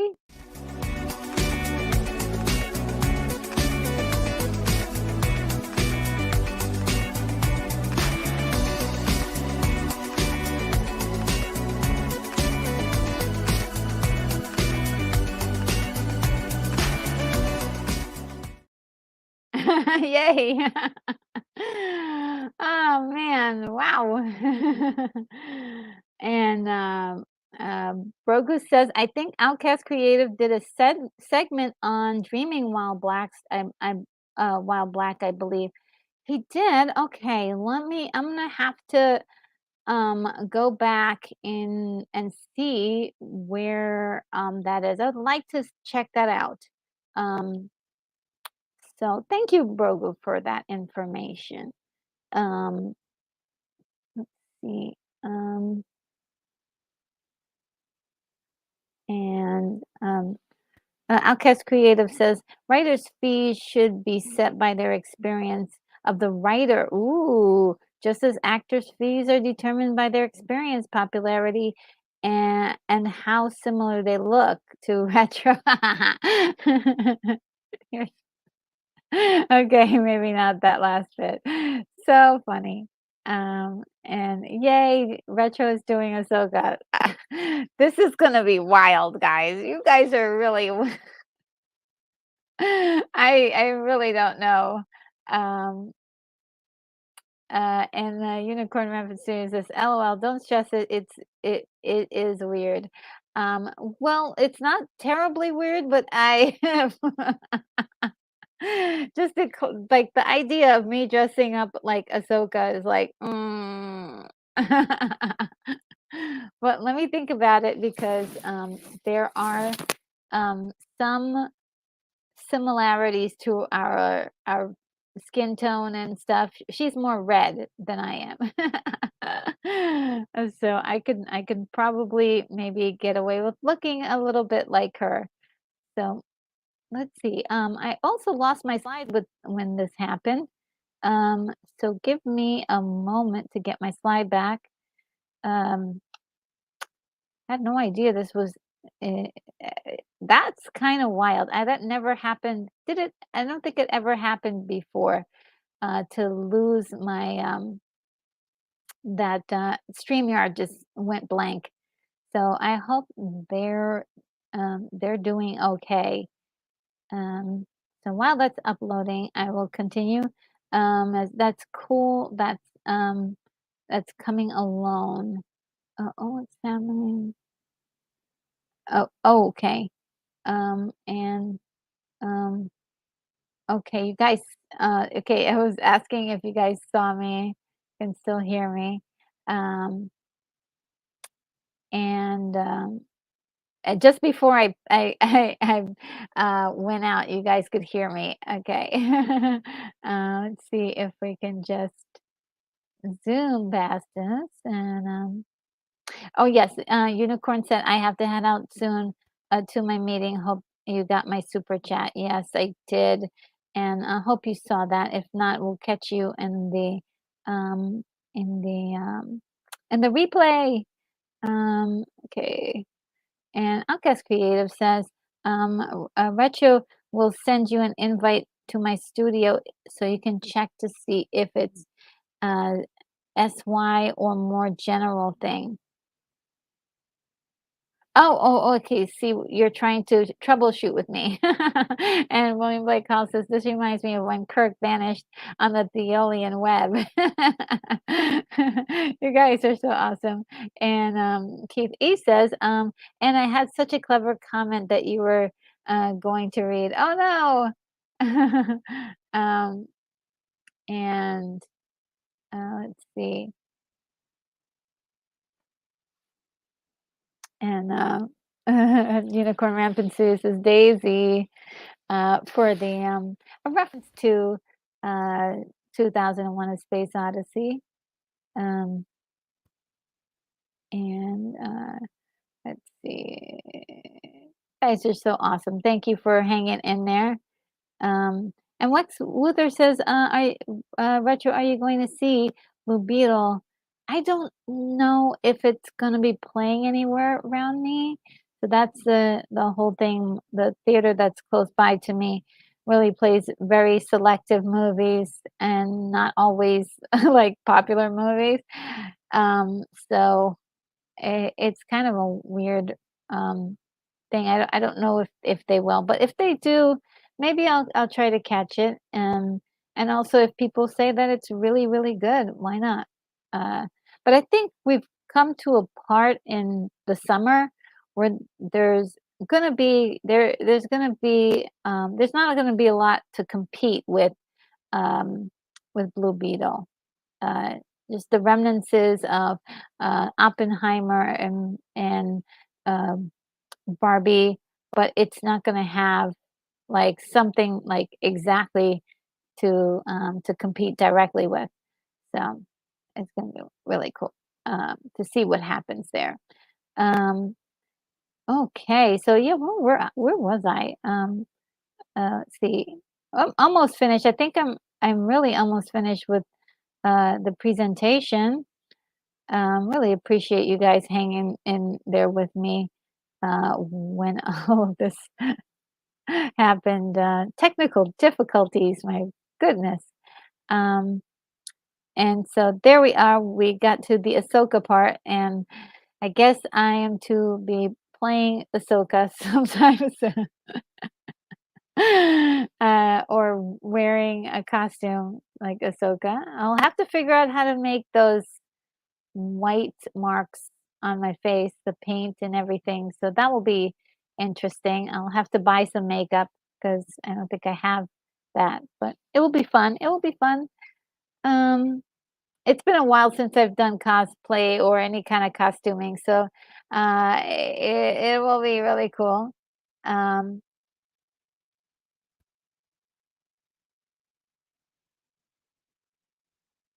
and Keith E says, waiting for all the details to come in about blindsided. Oh, what is that? What is blindsided? Um,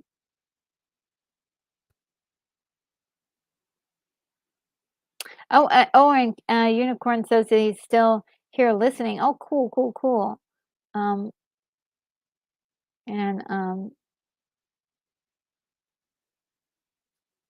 I may be out of order with the messages. For some reason, it's doing something wild on me. StreamYard, what are you doing to me? Okay. And Outcast says that, Retro Nerdy Girl, I'm streaming later if you want to come on, 11 p.m. UK time.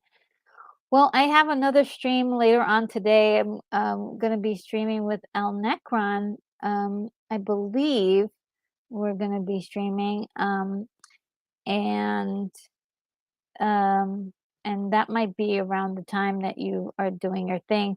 But I also have an appointment that I have to go through to after this. So sorry, I wish I could do it. But maybe next week if you're doing something at about that time. Um, and Tashbando Pan says, if there's one thing I could not be more sympathetic to is tech issues. Yes. Oh, did we get a link on your channel yet? Okay, let's see if we can get a link in the chat for your channel because I think People need easy access to get to your channel. Uh,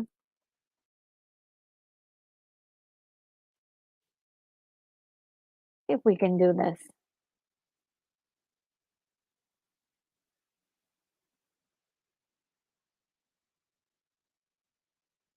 It was so funny because I woke up this morning and I was like, "Oh, I wanna make another channel." I mean, anyone who is a YouTuber here that ever has those thoughts like, "Oh, I wanna make uh, another YouTube channel."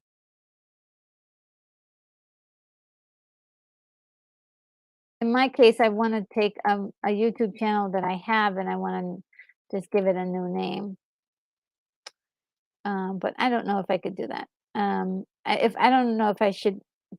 I'm already busy enough. Um, okay, yes, so this is his channel, okay.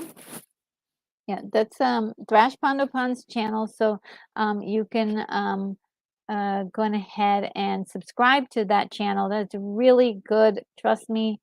Um, uh, Thrash is, thank you, Unicorn did it at the same time. Unicorn, how do you have time to do everything? You're just amazing.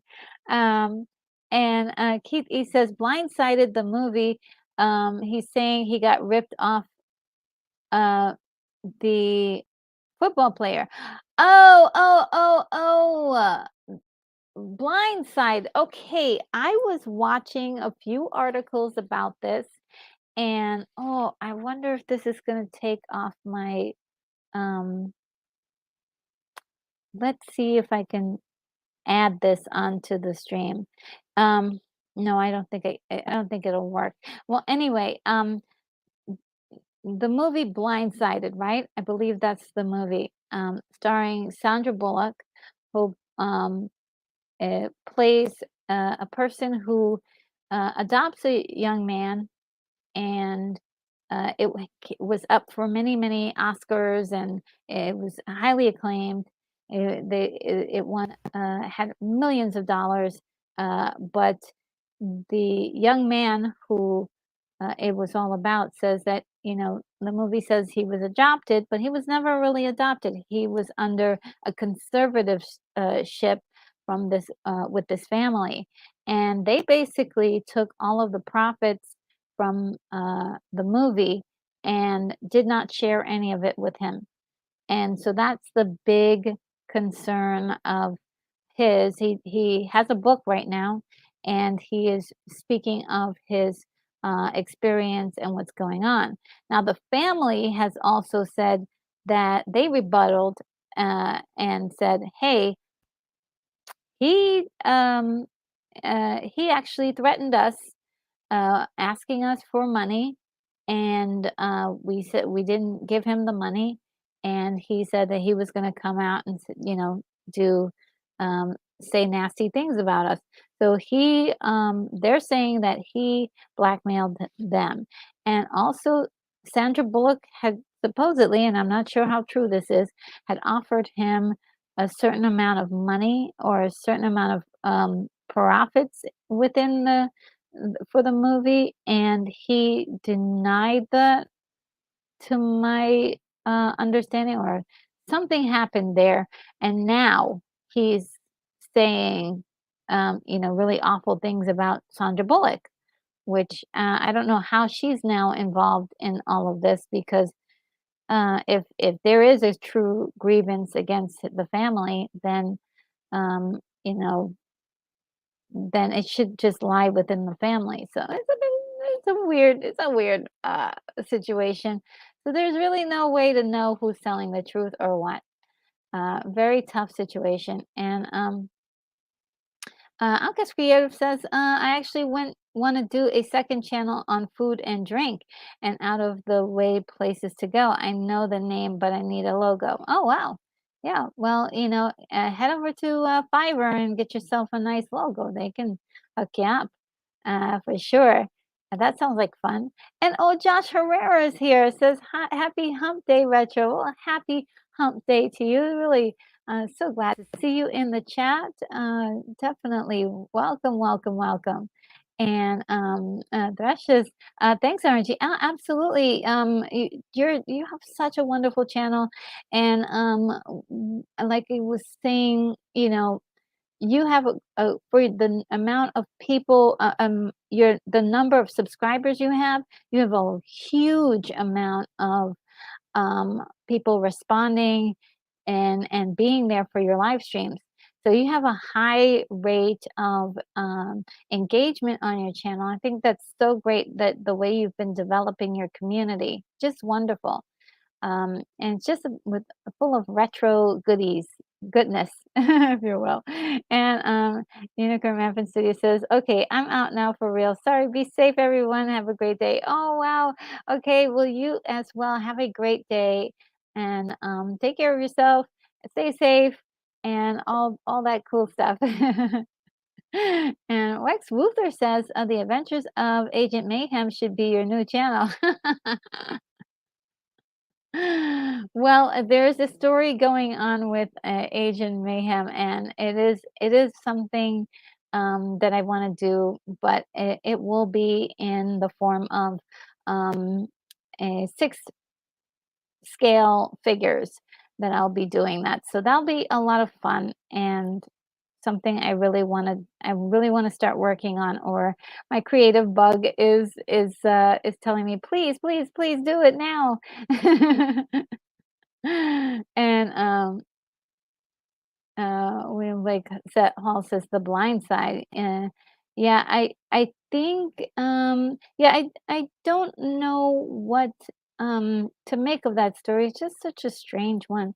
And Brogu says, it seems like he was blindsided by his family if all this is true. Yeah, yeah, yeah, ate money. Yeah, it's true. This is uh, I, I don't because if they made a lot of money on the story about this young man, they should have shared the money with him. I should have shared that money with him. Now, if he received money and he spent it all and then now is asking for more money, then we have, you want to ask some questions. I have some questions. I have questions. And Keithy says, they said this all a matter of public records and should not be that hard to sort out. Oh, really? Well, okay, so which is really interesting because on my queue of videos to watch is a lawyer by the name of Emily. Oh, I forgot her last name, but she is going to do a full breakdown of the entire lawsuit or issue to do, and it is going to be very interesting to find out what they're all claiming. So William Blake also sounds like something that should have been ironed out at the very beginning. Yes, yes, absolutely, absolutely. And Thresh Panapana says, thanks for the huge props, RNG. Praise from Caesar. I hope you like the new thumbnail Mr. Dave made for me. Oh, I think I did see it and it's beautiful. It's like so it just says thrash on it, right? And it looks like Flash Gordon. Great 80s thing. Dave is really good. Okay, he's really good. Um, he's got talent. He's got talent. And Lex Luthor says, I gotta fly, y'all. Live long and prosperous. Thank you so much, Lex Luthor, for being here. A great conversation today with you. And have a great evening. I'm actually gonna add that to the closing after we're done with the box office.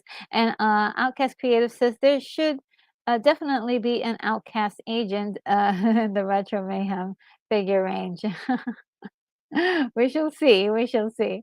And okay, let's look at the box office. I know might be a little tiny for you guys. I usually blow it up so I can see. But of course, Barbie is still reigning supreme at #1. This is really incredible for her. And and this is incredible for Warner Brothers. I mean, this is a non superhero movie that is doing so well. So I think this is a very clear message to Warner Brothers. Hey, look at your other properties and see if you could develop some of those guys, because that's where the money's at right there. And Oppenheimer is doing very well, trailing right behind Barbie, and is doing quite well. I've been hearing nothing but wonderful things about Oppenheimer, and of course, I will be watching Oppenheimer very soon, because I will be doing a special deep dive review with on the Skywalker the Jedi's channel this weekend. I believe it's Friday night. I'll be doing. Oh no, sorry, Saturday night. I'll be doing that, and it should be really good. Really good. I'll have notes, guys. I'll have notes. And we've got Teenage Mutant Ninja Turtles coming in at number 3. That's pretty surprising for me. I mean, I think that a lot of people, there were like meh reviews. Like some people loved it, some people didn't appreciate what they were doing with this animation. But it looks like it's still holding on to number 3, which is great. It's really great. Meg 2 is doing very well. Nothing too, nothing too grand, but it's hanging right in there. Haunted Mansion, I thought this would have been buried a long time ago, because people that reviewed this movie said it wasn't very good at all, and it's still holding on to the top 10. Very, very interesting. We've got the last voyage of the Demeter, which is coming in at 6. I thought this would be higher, to be honest. I thought it would be at number 3. But uh, eh, some I've heard again, some people loving this so much, and some people disliking it with a passion. So we're just getting a gamut of different views of what people think of these movies. Sound of Freedom is still holding on to, it's on number to down to number 8. Um, and this is the little movie that could. It's incredible. I doubt if there will be any at all, if at all, um, comments or accolades during award season. It's probably not going to be awarded anything at all or recognized. However, I think which is pretty sad. But what it makes up for the accolades, or possibility of accolades, it makes for up for in revenue for this film. So it is pretty holding on pretty strong to the top 10. Mission Impossible Dead Reckoning. Okay, this movie, poor thing, is just got buried. It really did. Thought it was gonna be somewhere, since it was like Barbie, Oppenheimer, Mission Impossible came out at about the same time. Should have had more. Um, should have just had more. Um, um, I would say more action, if you will. It should have had more action, but it's just clawing on to the very tail end of the top 10. It's been out for 34 days, right? And though, which is about 10 days more than Barbie and Oppenheimer. So I'll take that into consideration as well. And we've got at the end of the top 10 is Elemental, which is a movie that also got really terrible reviews, but seems like the audiences are still going to see this movie, even after a good 60 days being in the theaters. Very, very surprising to see this still holding on to the top 10. So yeah, guys, that is the top 10. And that is the end of this presentation, which I fully enjoyed doing. I love these presentations and to talk about the headlines with you and to hear your comments about them. The Outcast Creative says there should definitely be an Outcast agent. Oh, yeah, that's right. I read that one. I read that one. And William Blake Hall says, I hear that Margot Robbie is getting 50 million between being both the go-to actress to play Barbie and a producer. I can believe it. Oh, absolutely. And I think she deserves it 100%. I think it's wonderful that that's happening for her.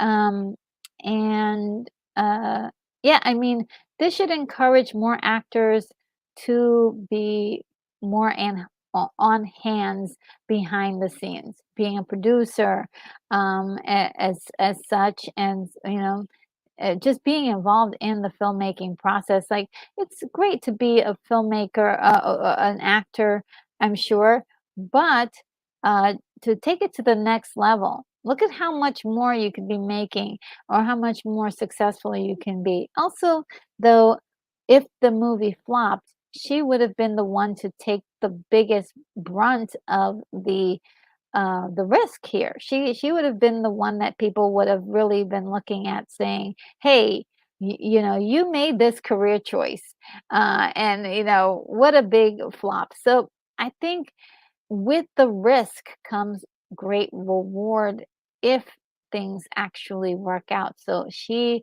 gambled and she won, which is kind of cool to see play out in real life.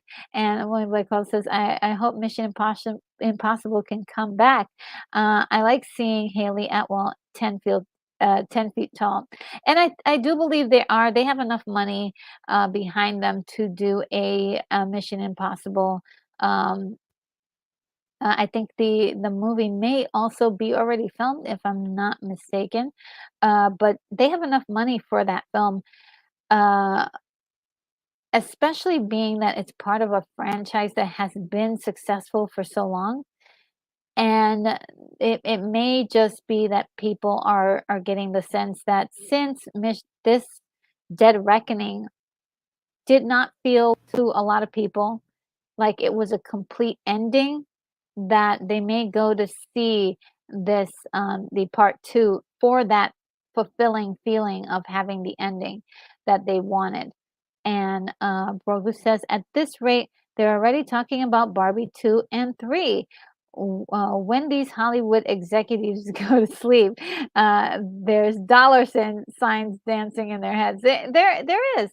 Absolutely. They were talking after the first weekend, they were already talking about Barbie, a sequel. And um, Greta Gerwig was, like she said, I don't know if there's any more Barbie in me left. And I think the end of Barbie really felt like the end of a story.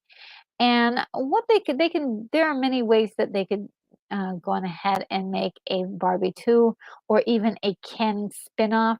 But that is what they're gonna do. They're gonna milk this until there's nothing left but bones, and it's just gonna be a ravaged mess of like something that looked like Barbie, and it's not gonna have any of the commentary or anything. It may even be that fun movie that a lot of people were hoping to see, but I doubt if it will make those numbers. It may not make those incredible numbers as it's made before. And of course, I hope they are respectful and keep the budget where it needs to be. Don't put the budget at $200 million for a movie that can be easily done with practical effects, um, and as simply as possible. Uh, that is where a lot of these stories become, or a lot of these franchises really lose the most money. And sometimes, like, sometimes they don't put enough money into the sequel, and that can be a problem too. So absolutely, they just think about the dollars, and sometimes it doesn't make sense. And And Outcast Creative says, Finn, you are so French retro. Oh, that's cool.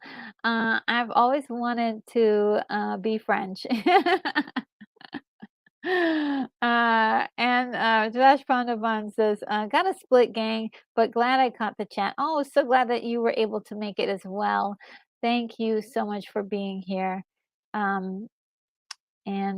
William Blake Hall says, we do need another Barbie. Oh, do we need another Barbie?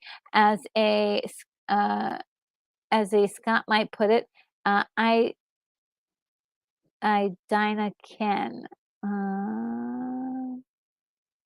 I don't know what that means. Or you're doing an accent. Okay, so I'm really bad at accent. I Donna Ken. I don't know what that sounds like, but somebody probably is laughing at it.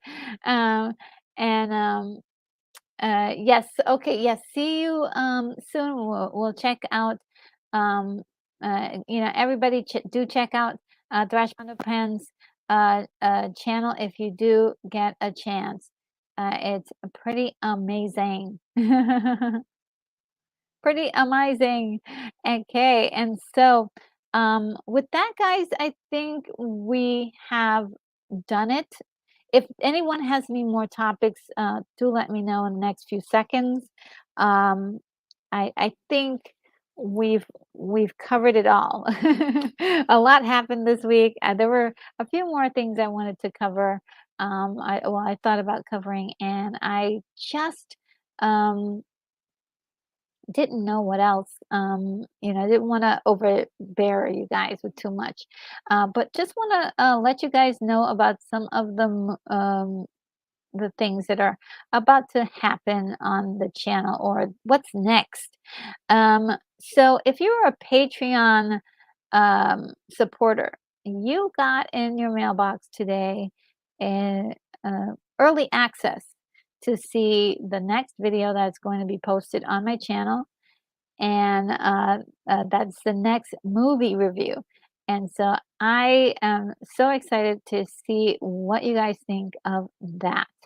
Now, what movies are coming? I'm sorry, what live streams are coming up next?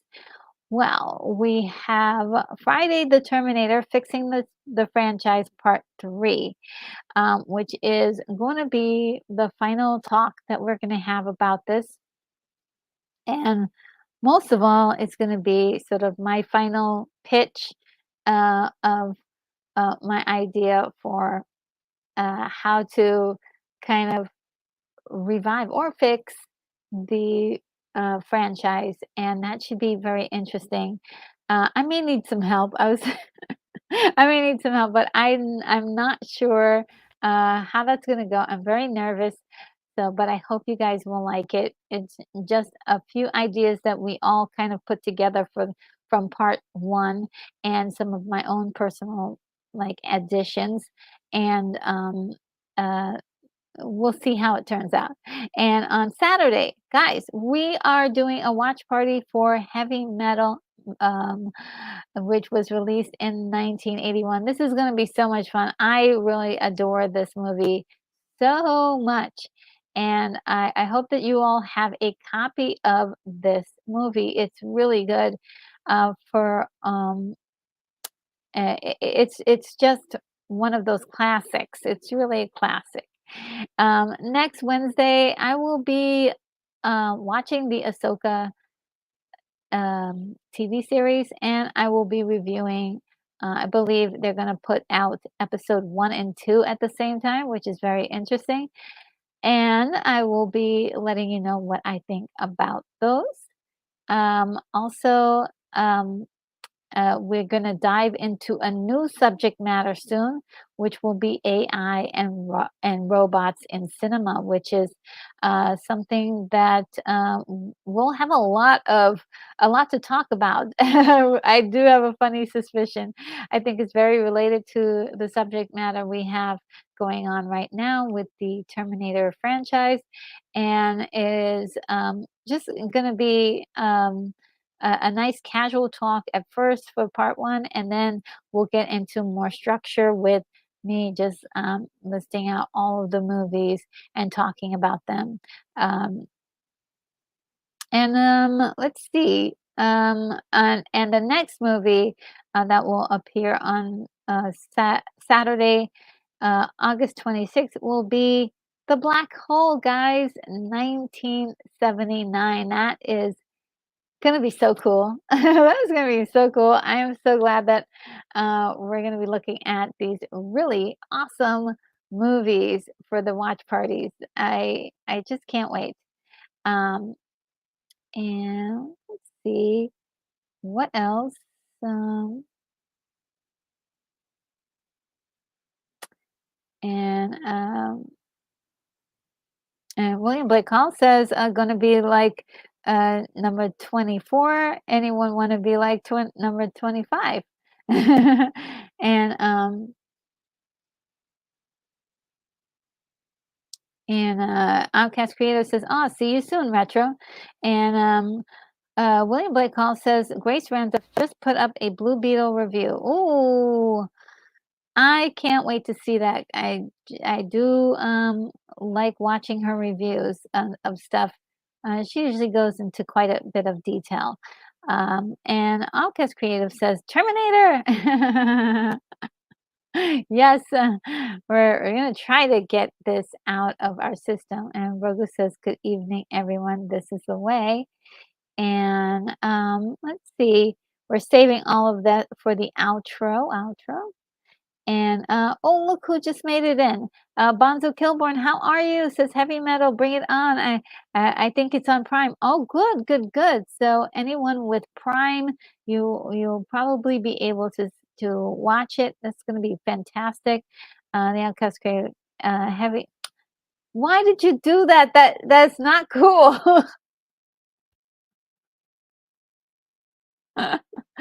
Outcast. Says, oh yeah, I'm doing an AHSOKA review right after, so you're welcome uh, uh, on that for sure. Okay, yes, if I can do everything, sure. Um, but let's see. Let's see. Yes, remember this is a PG channel. uh, goodness. Amin Key is here. Says hello, hello, Amin Key. Um, my goodness, how are you? And says LOL, sorry. And yeah. uh, so guys, I am going to get going here. I'm going to post up this really cool 3-minute video that where you can leave any last words or any last things that you might want to say on the channel, and any, say goodbye to your friends that are in the chat, any friends that you made today, and any last comments that you have for me. I hope that you're going to enjoy the rest of your day. I'm sure going to try to enjoy mine. And without further ado, I bid you adieu. Take care, guys.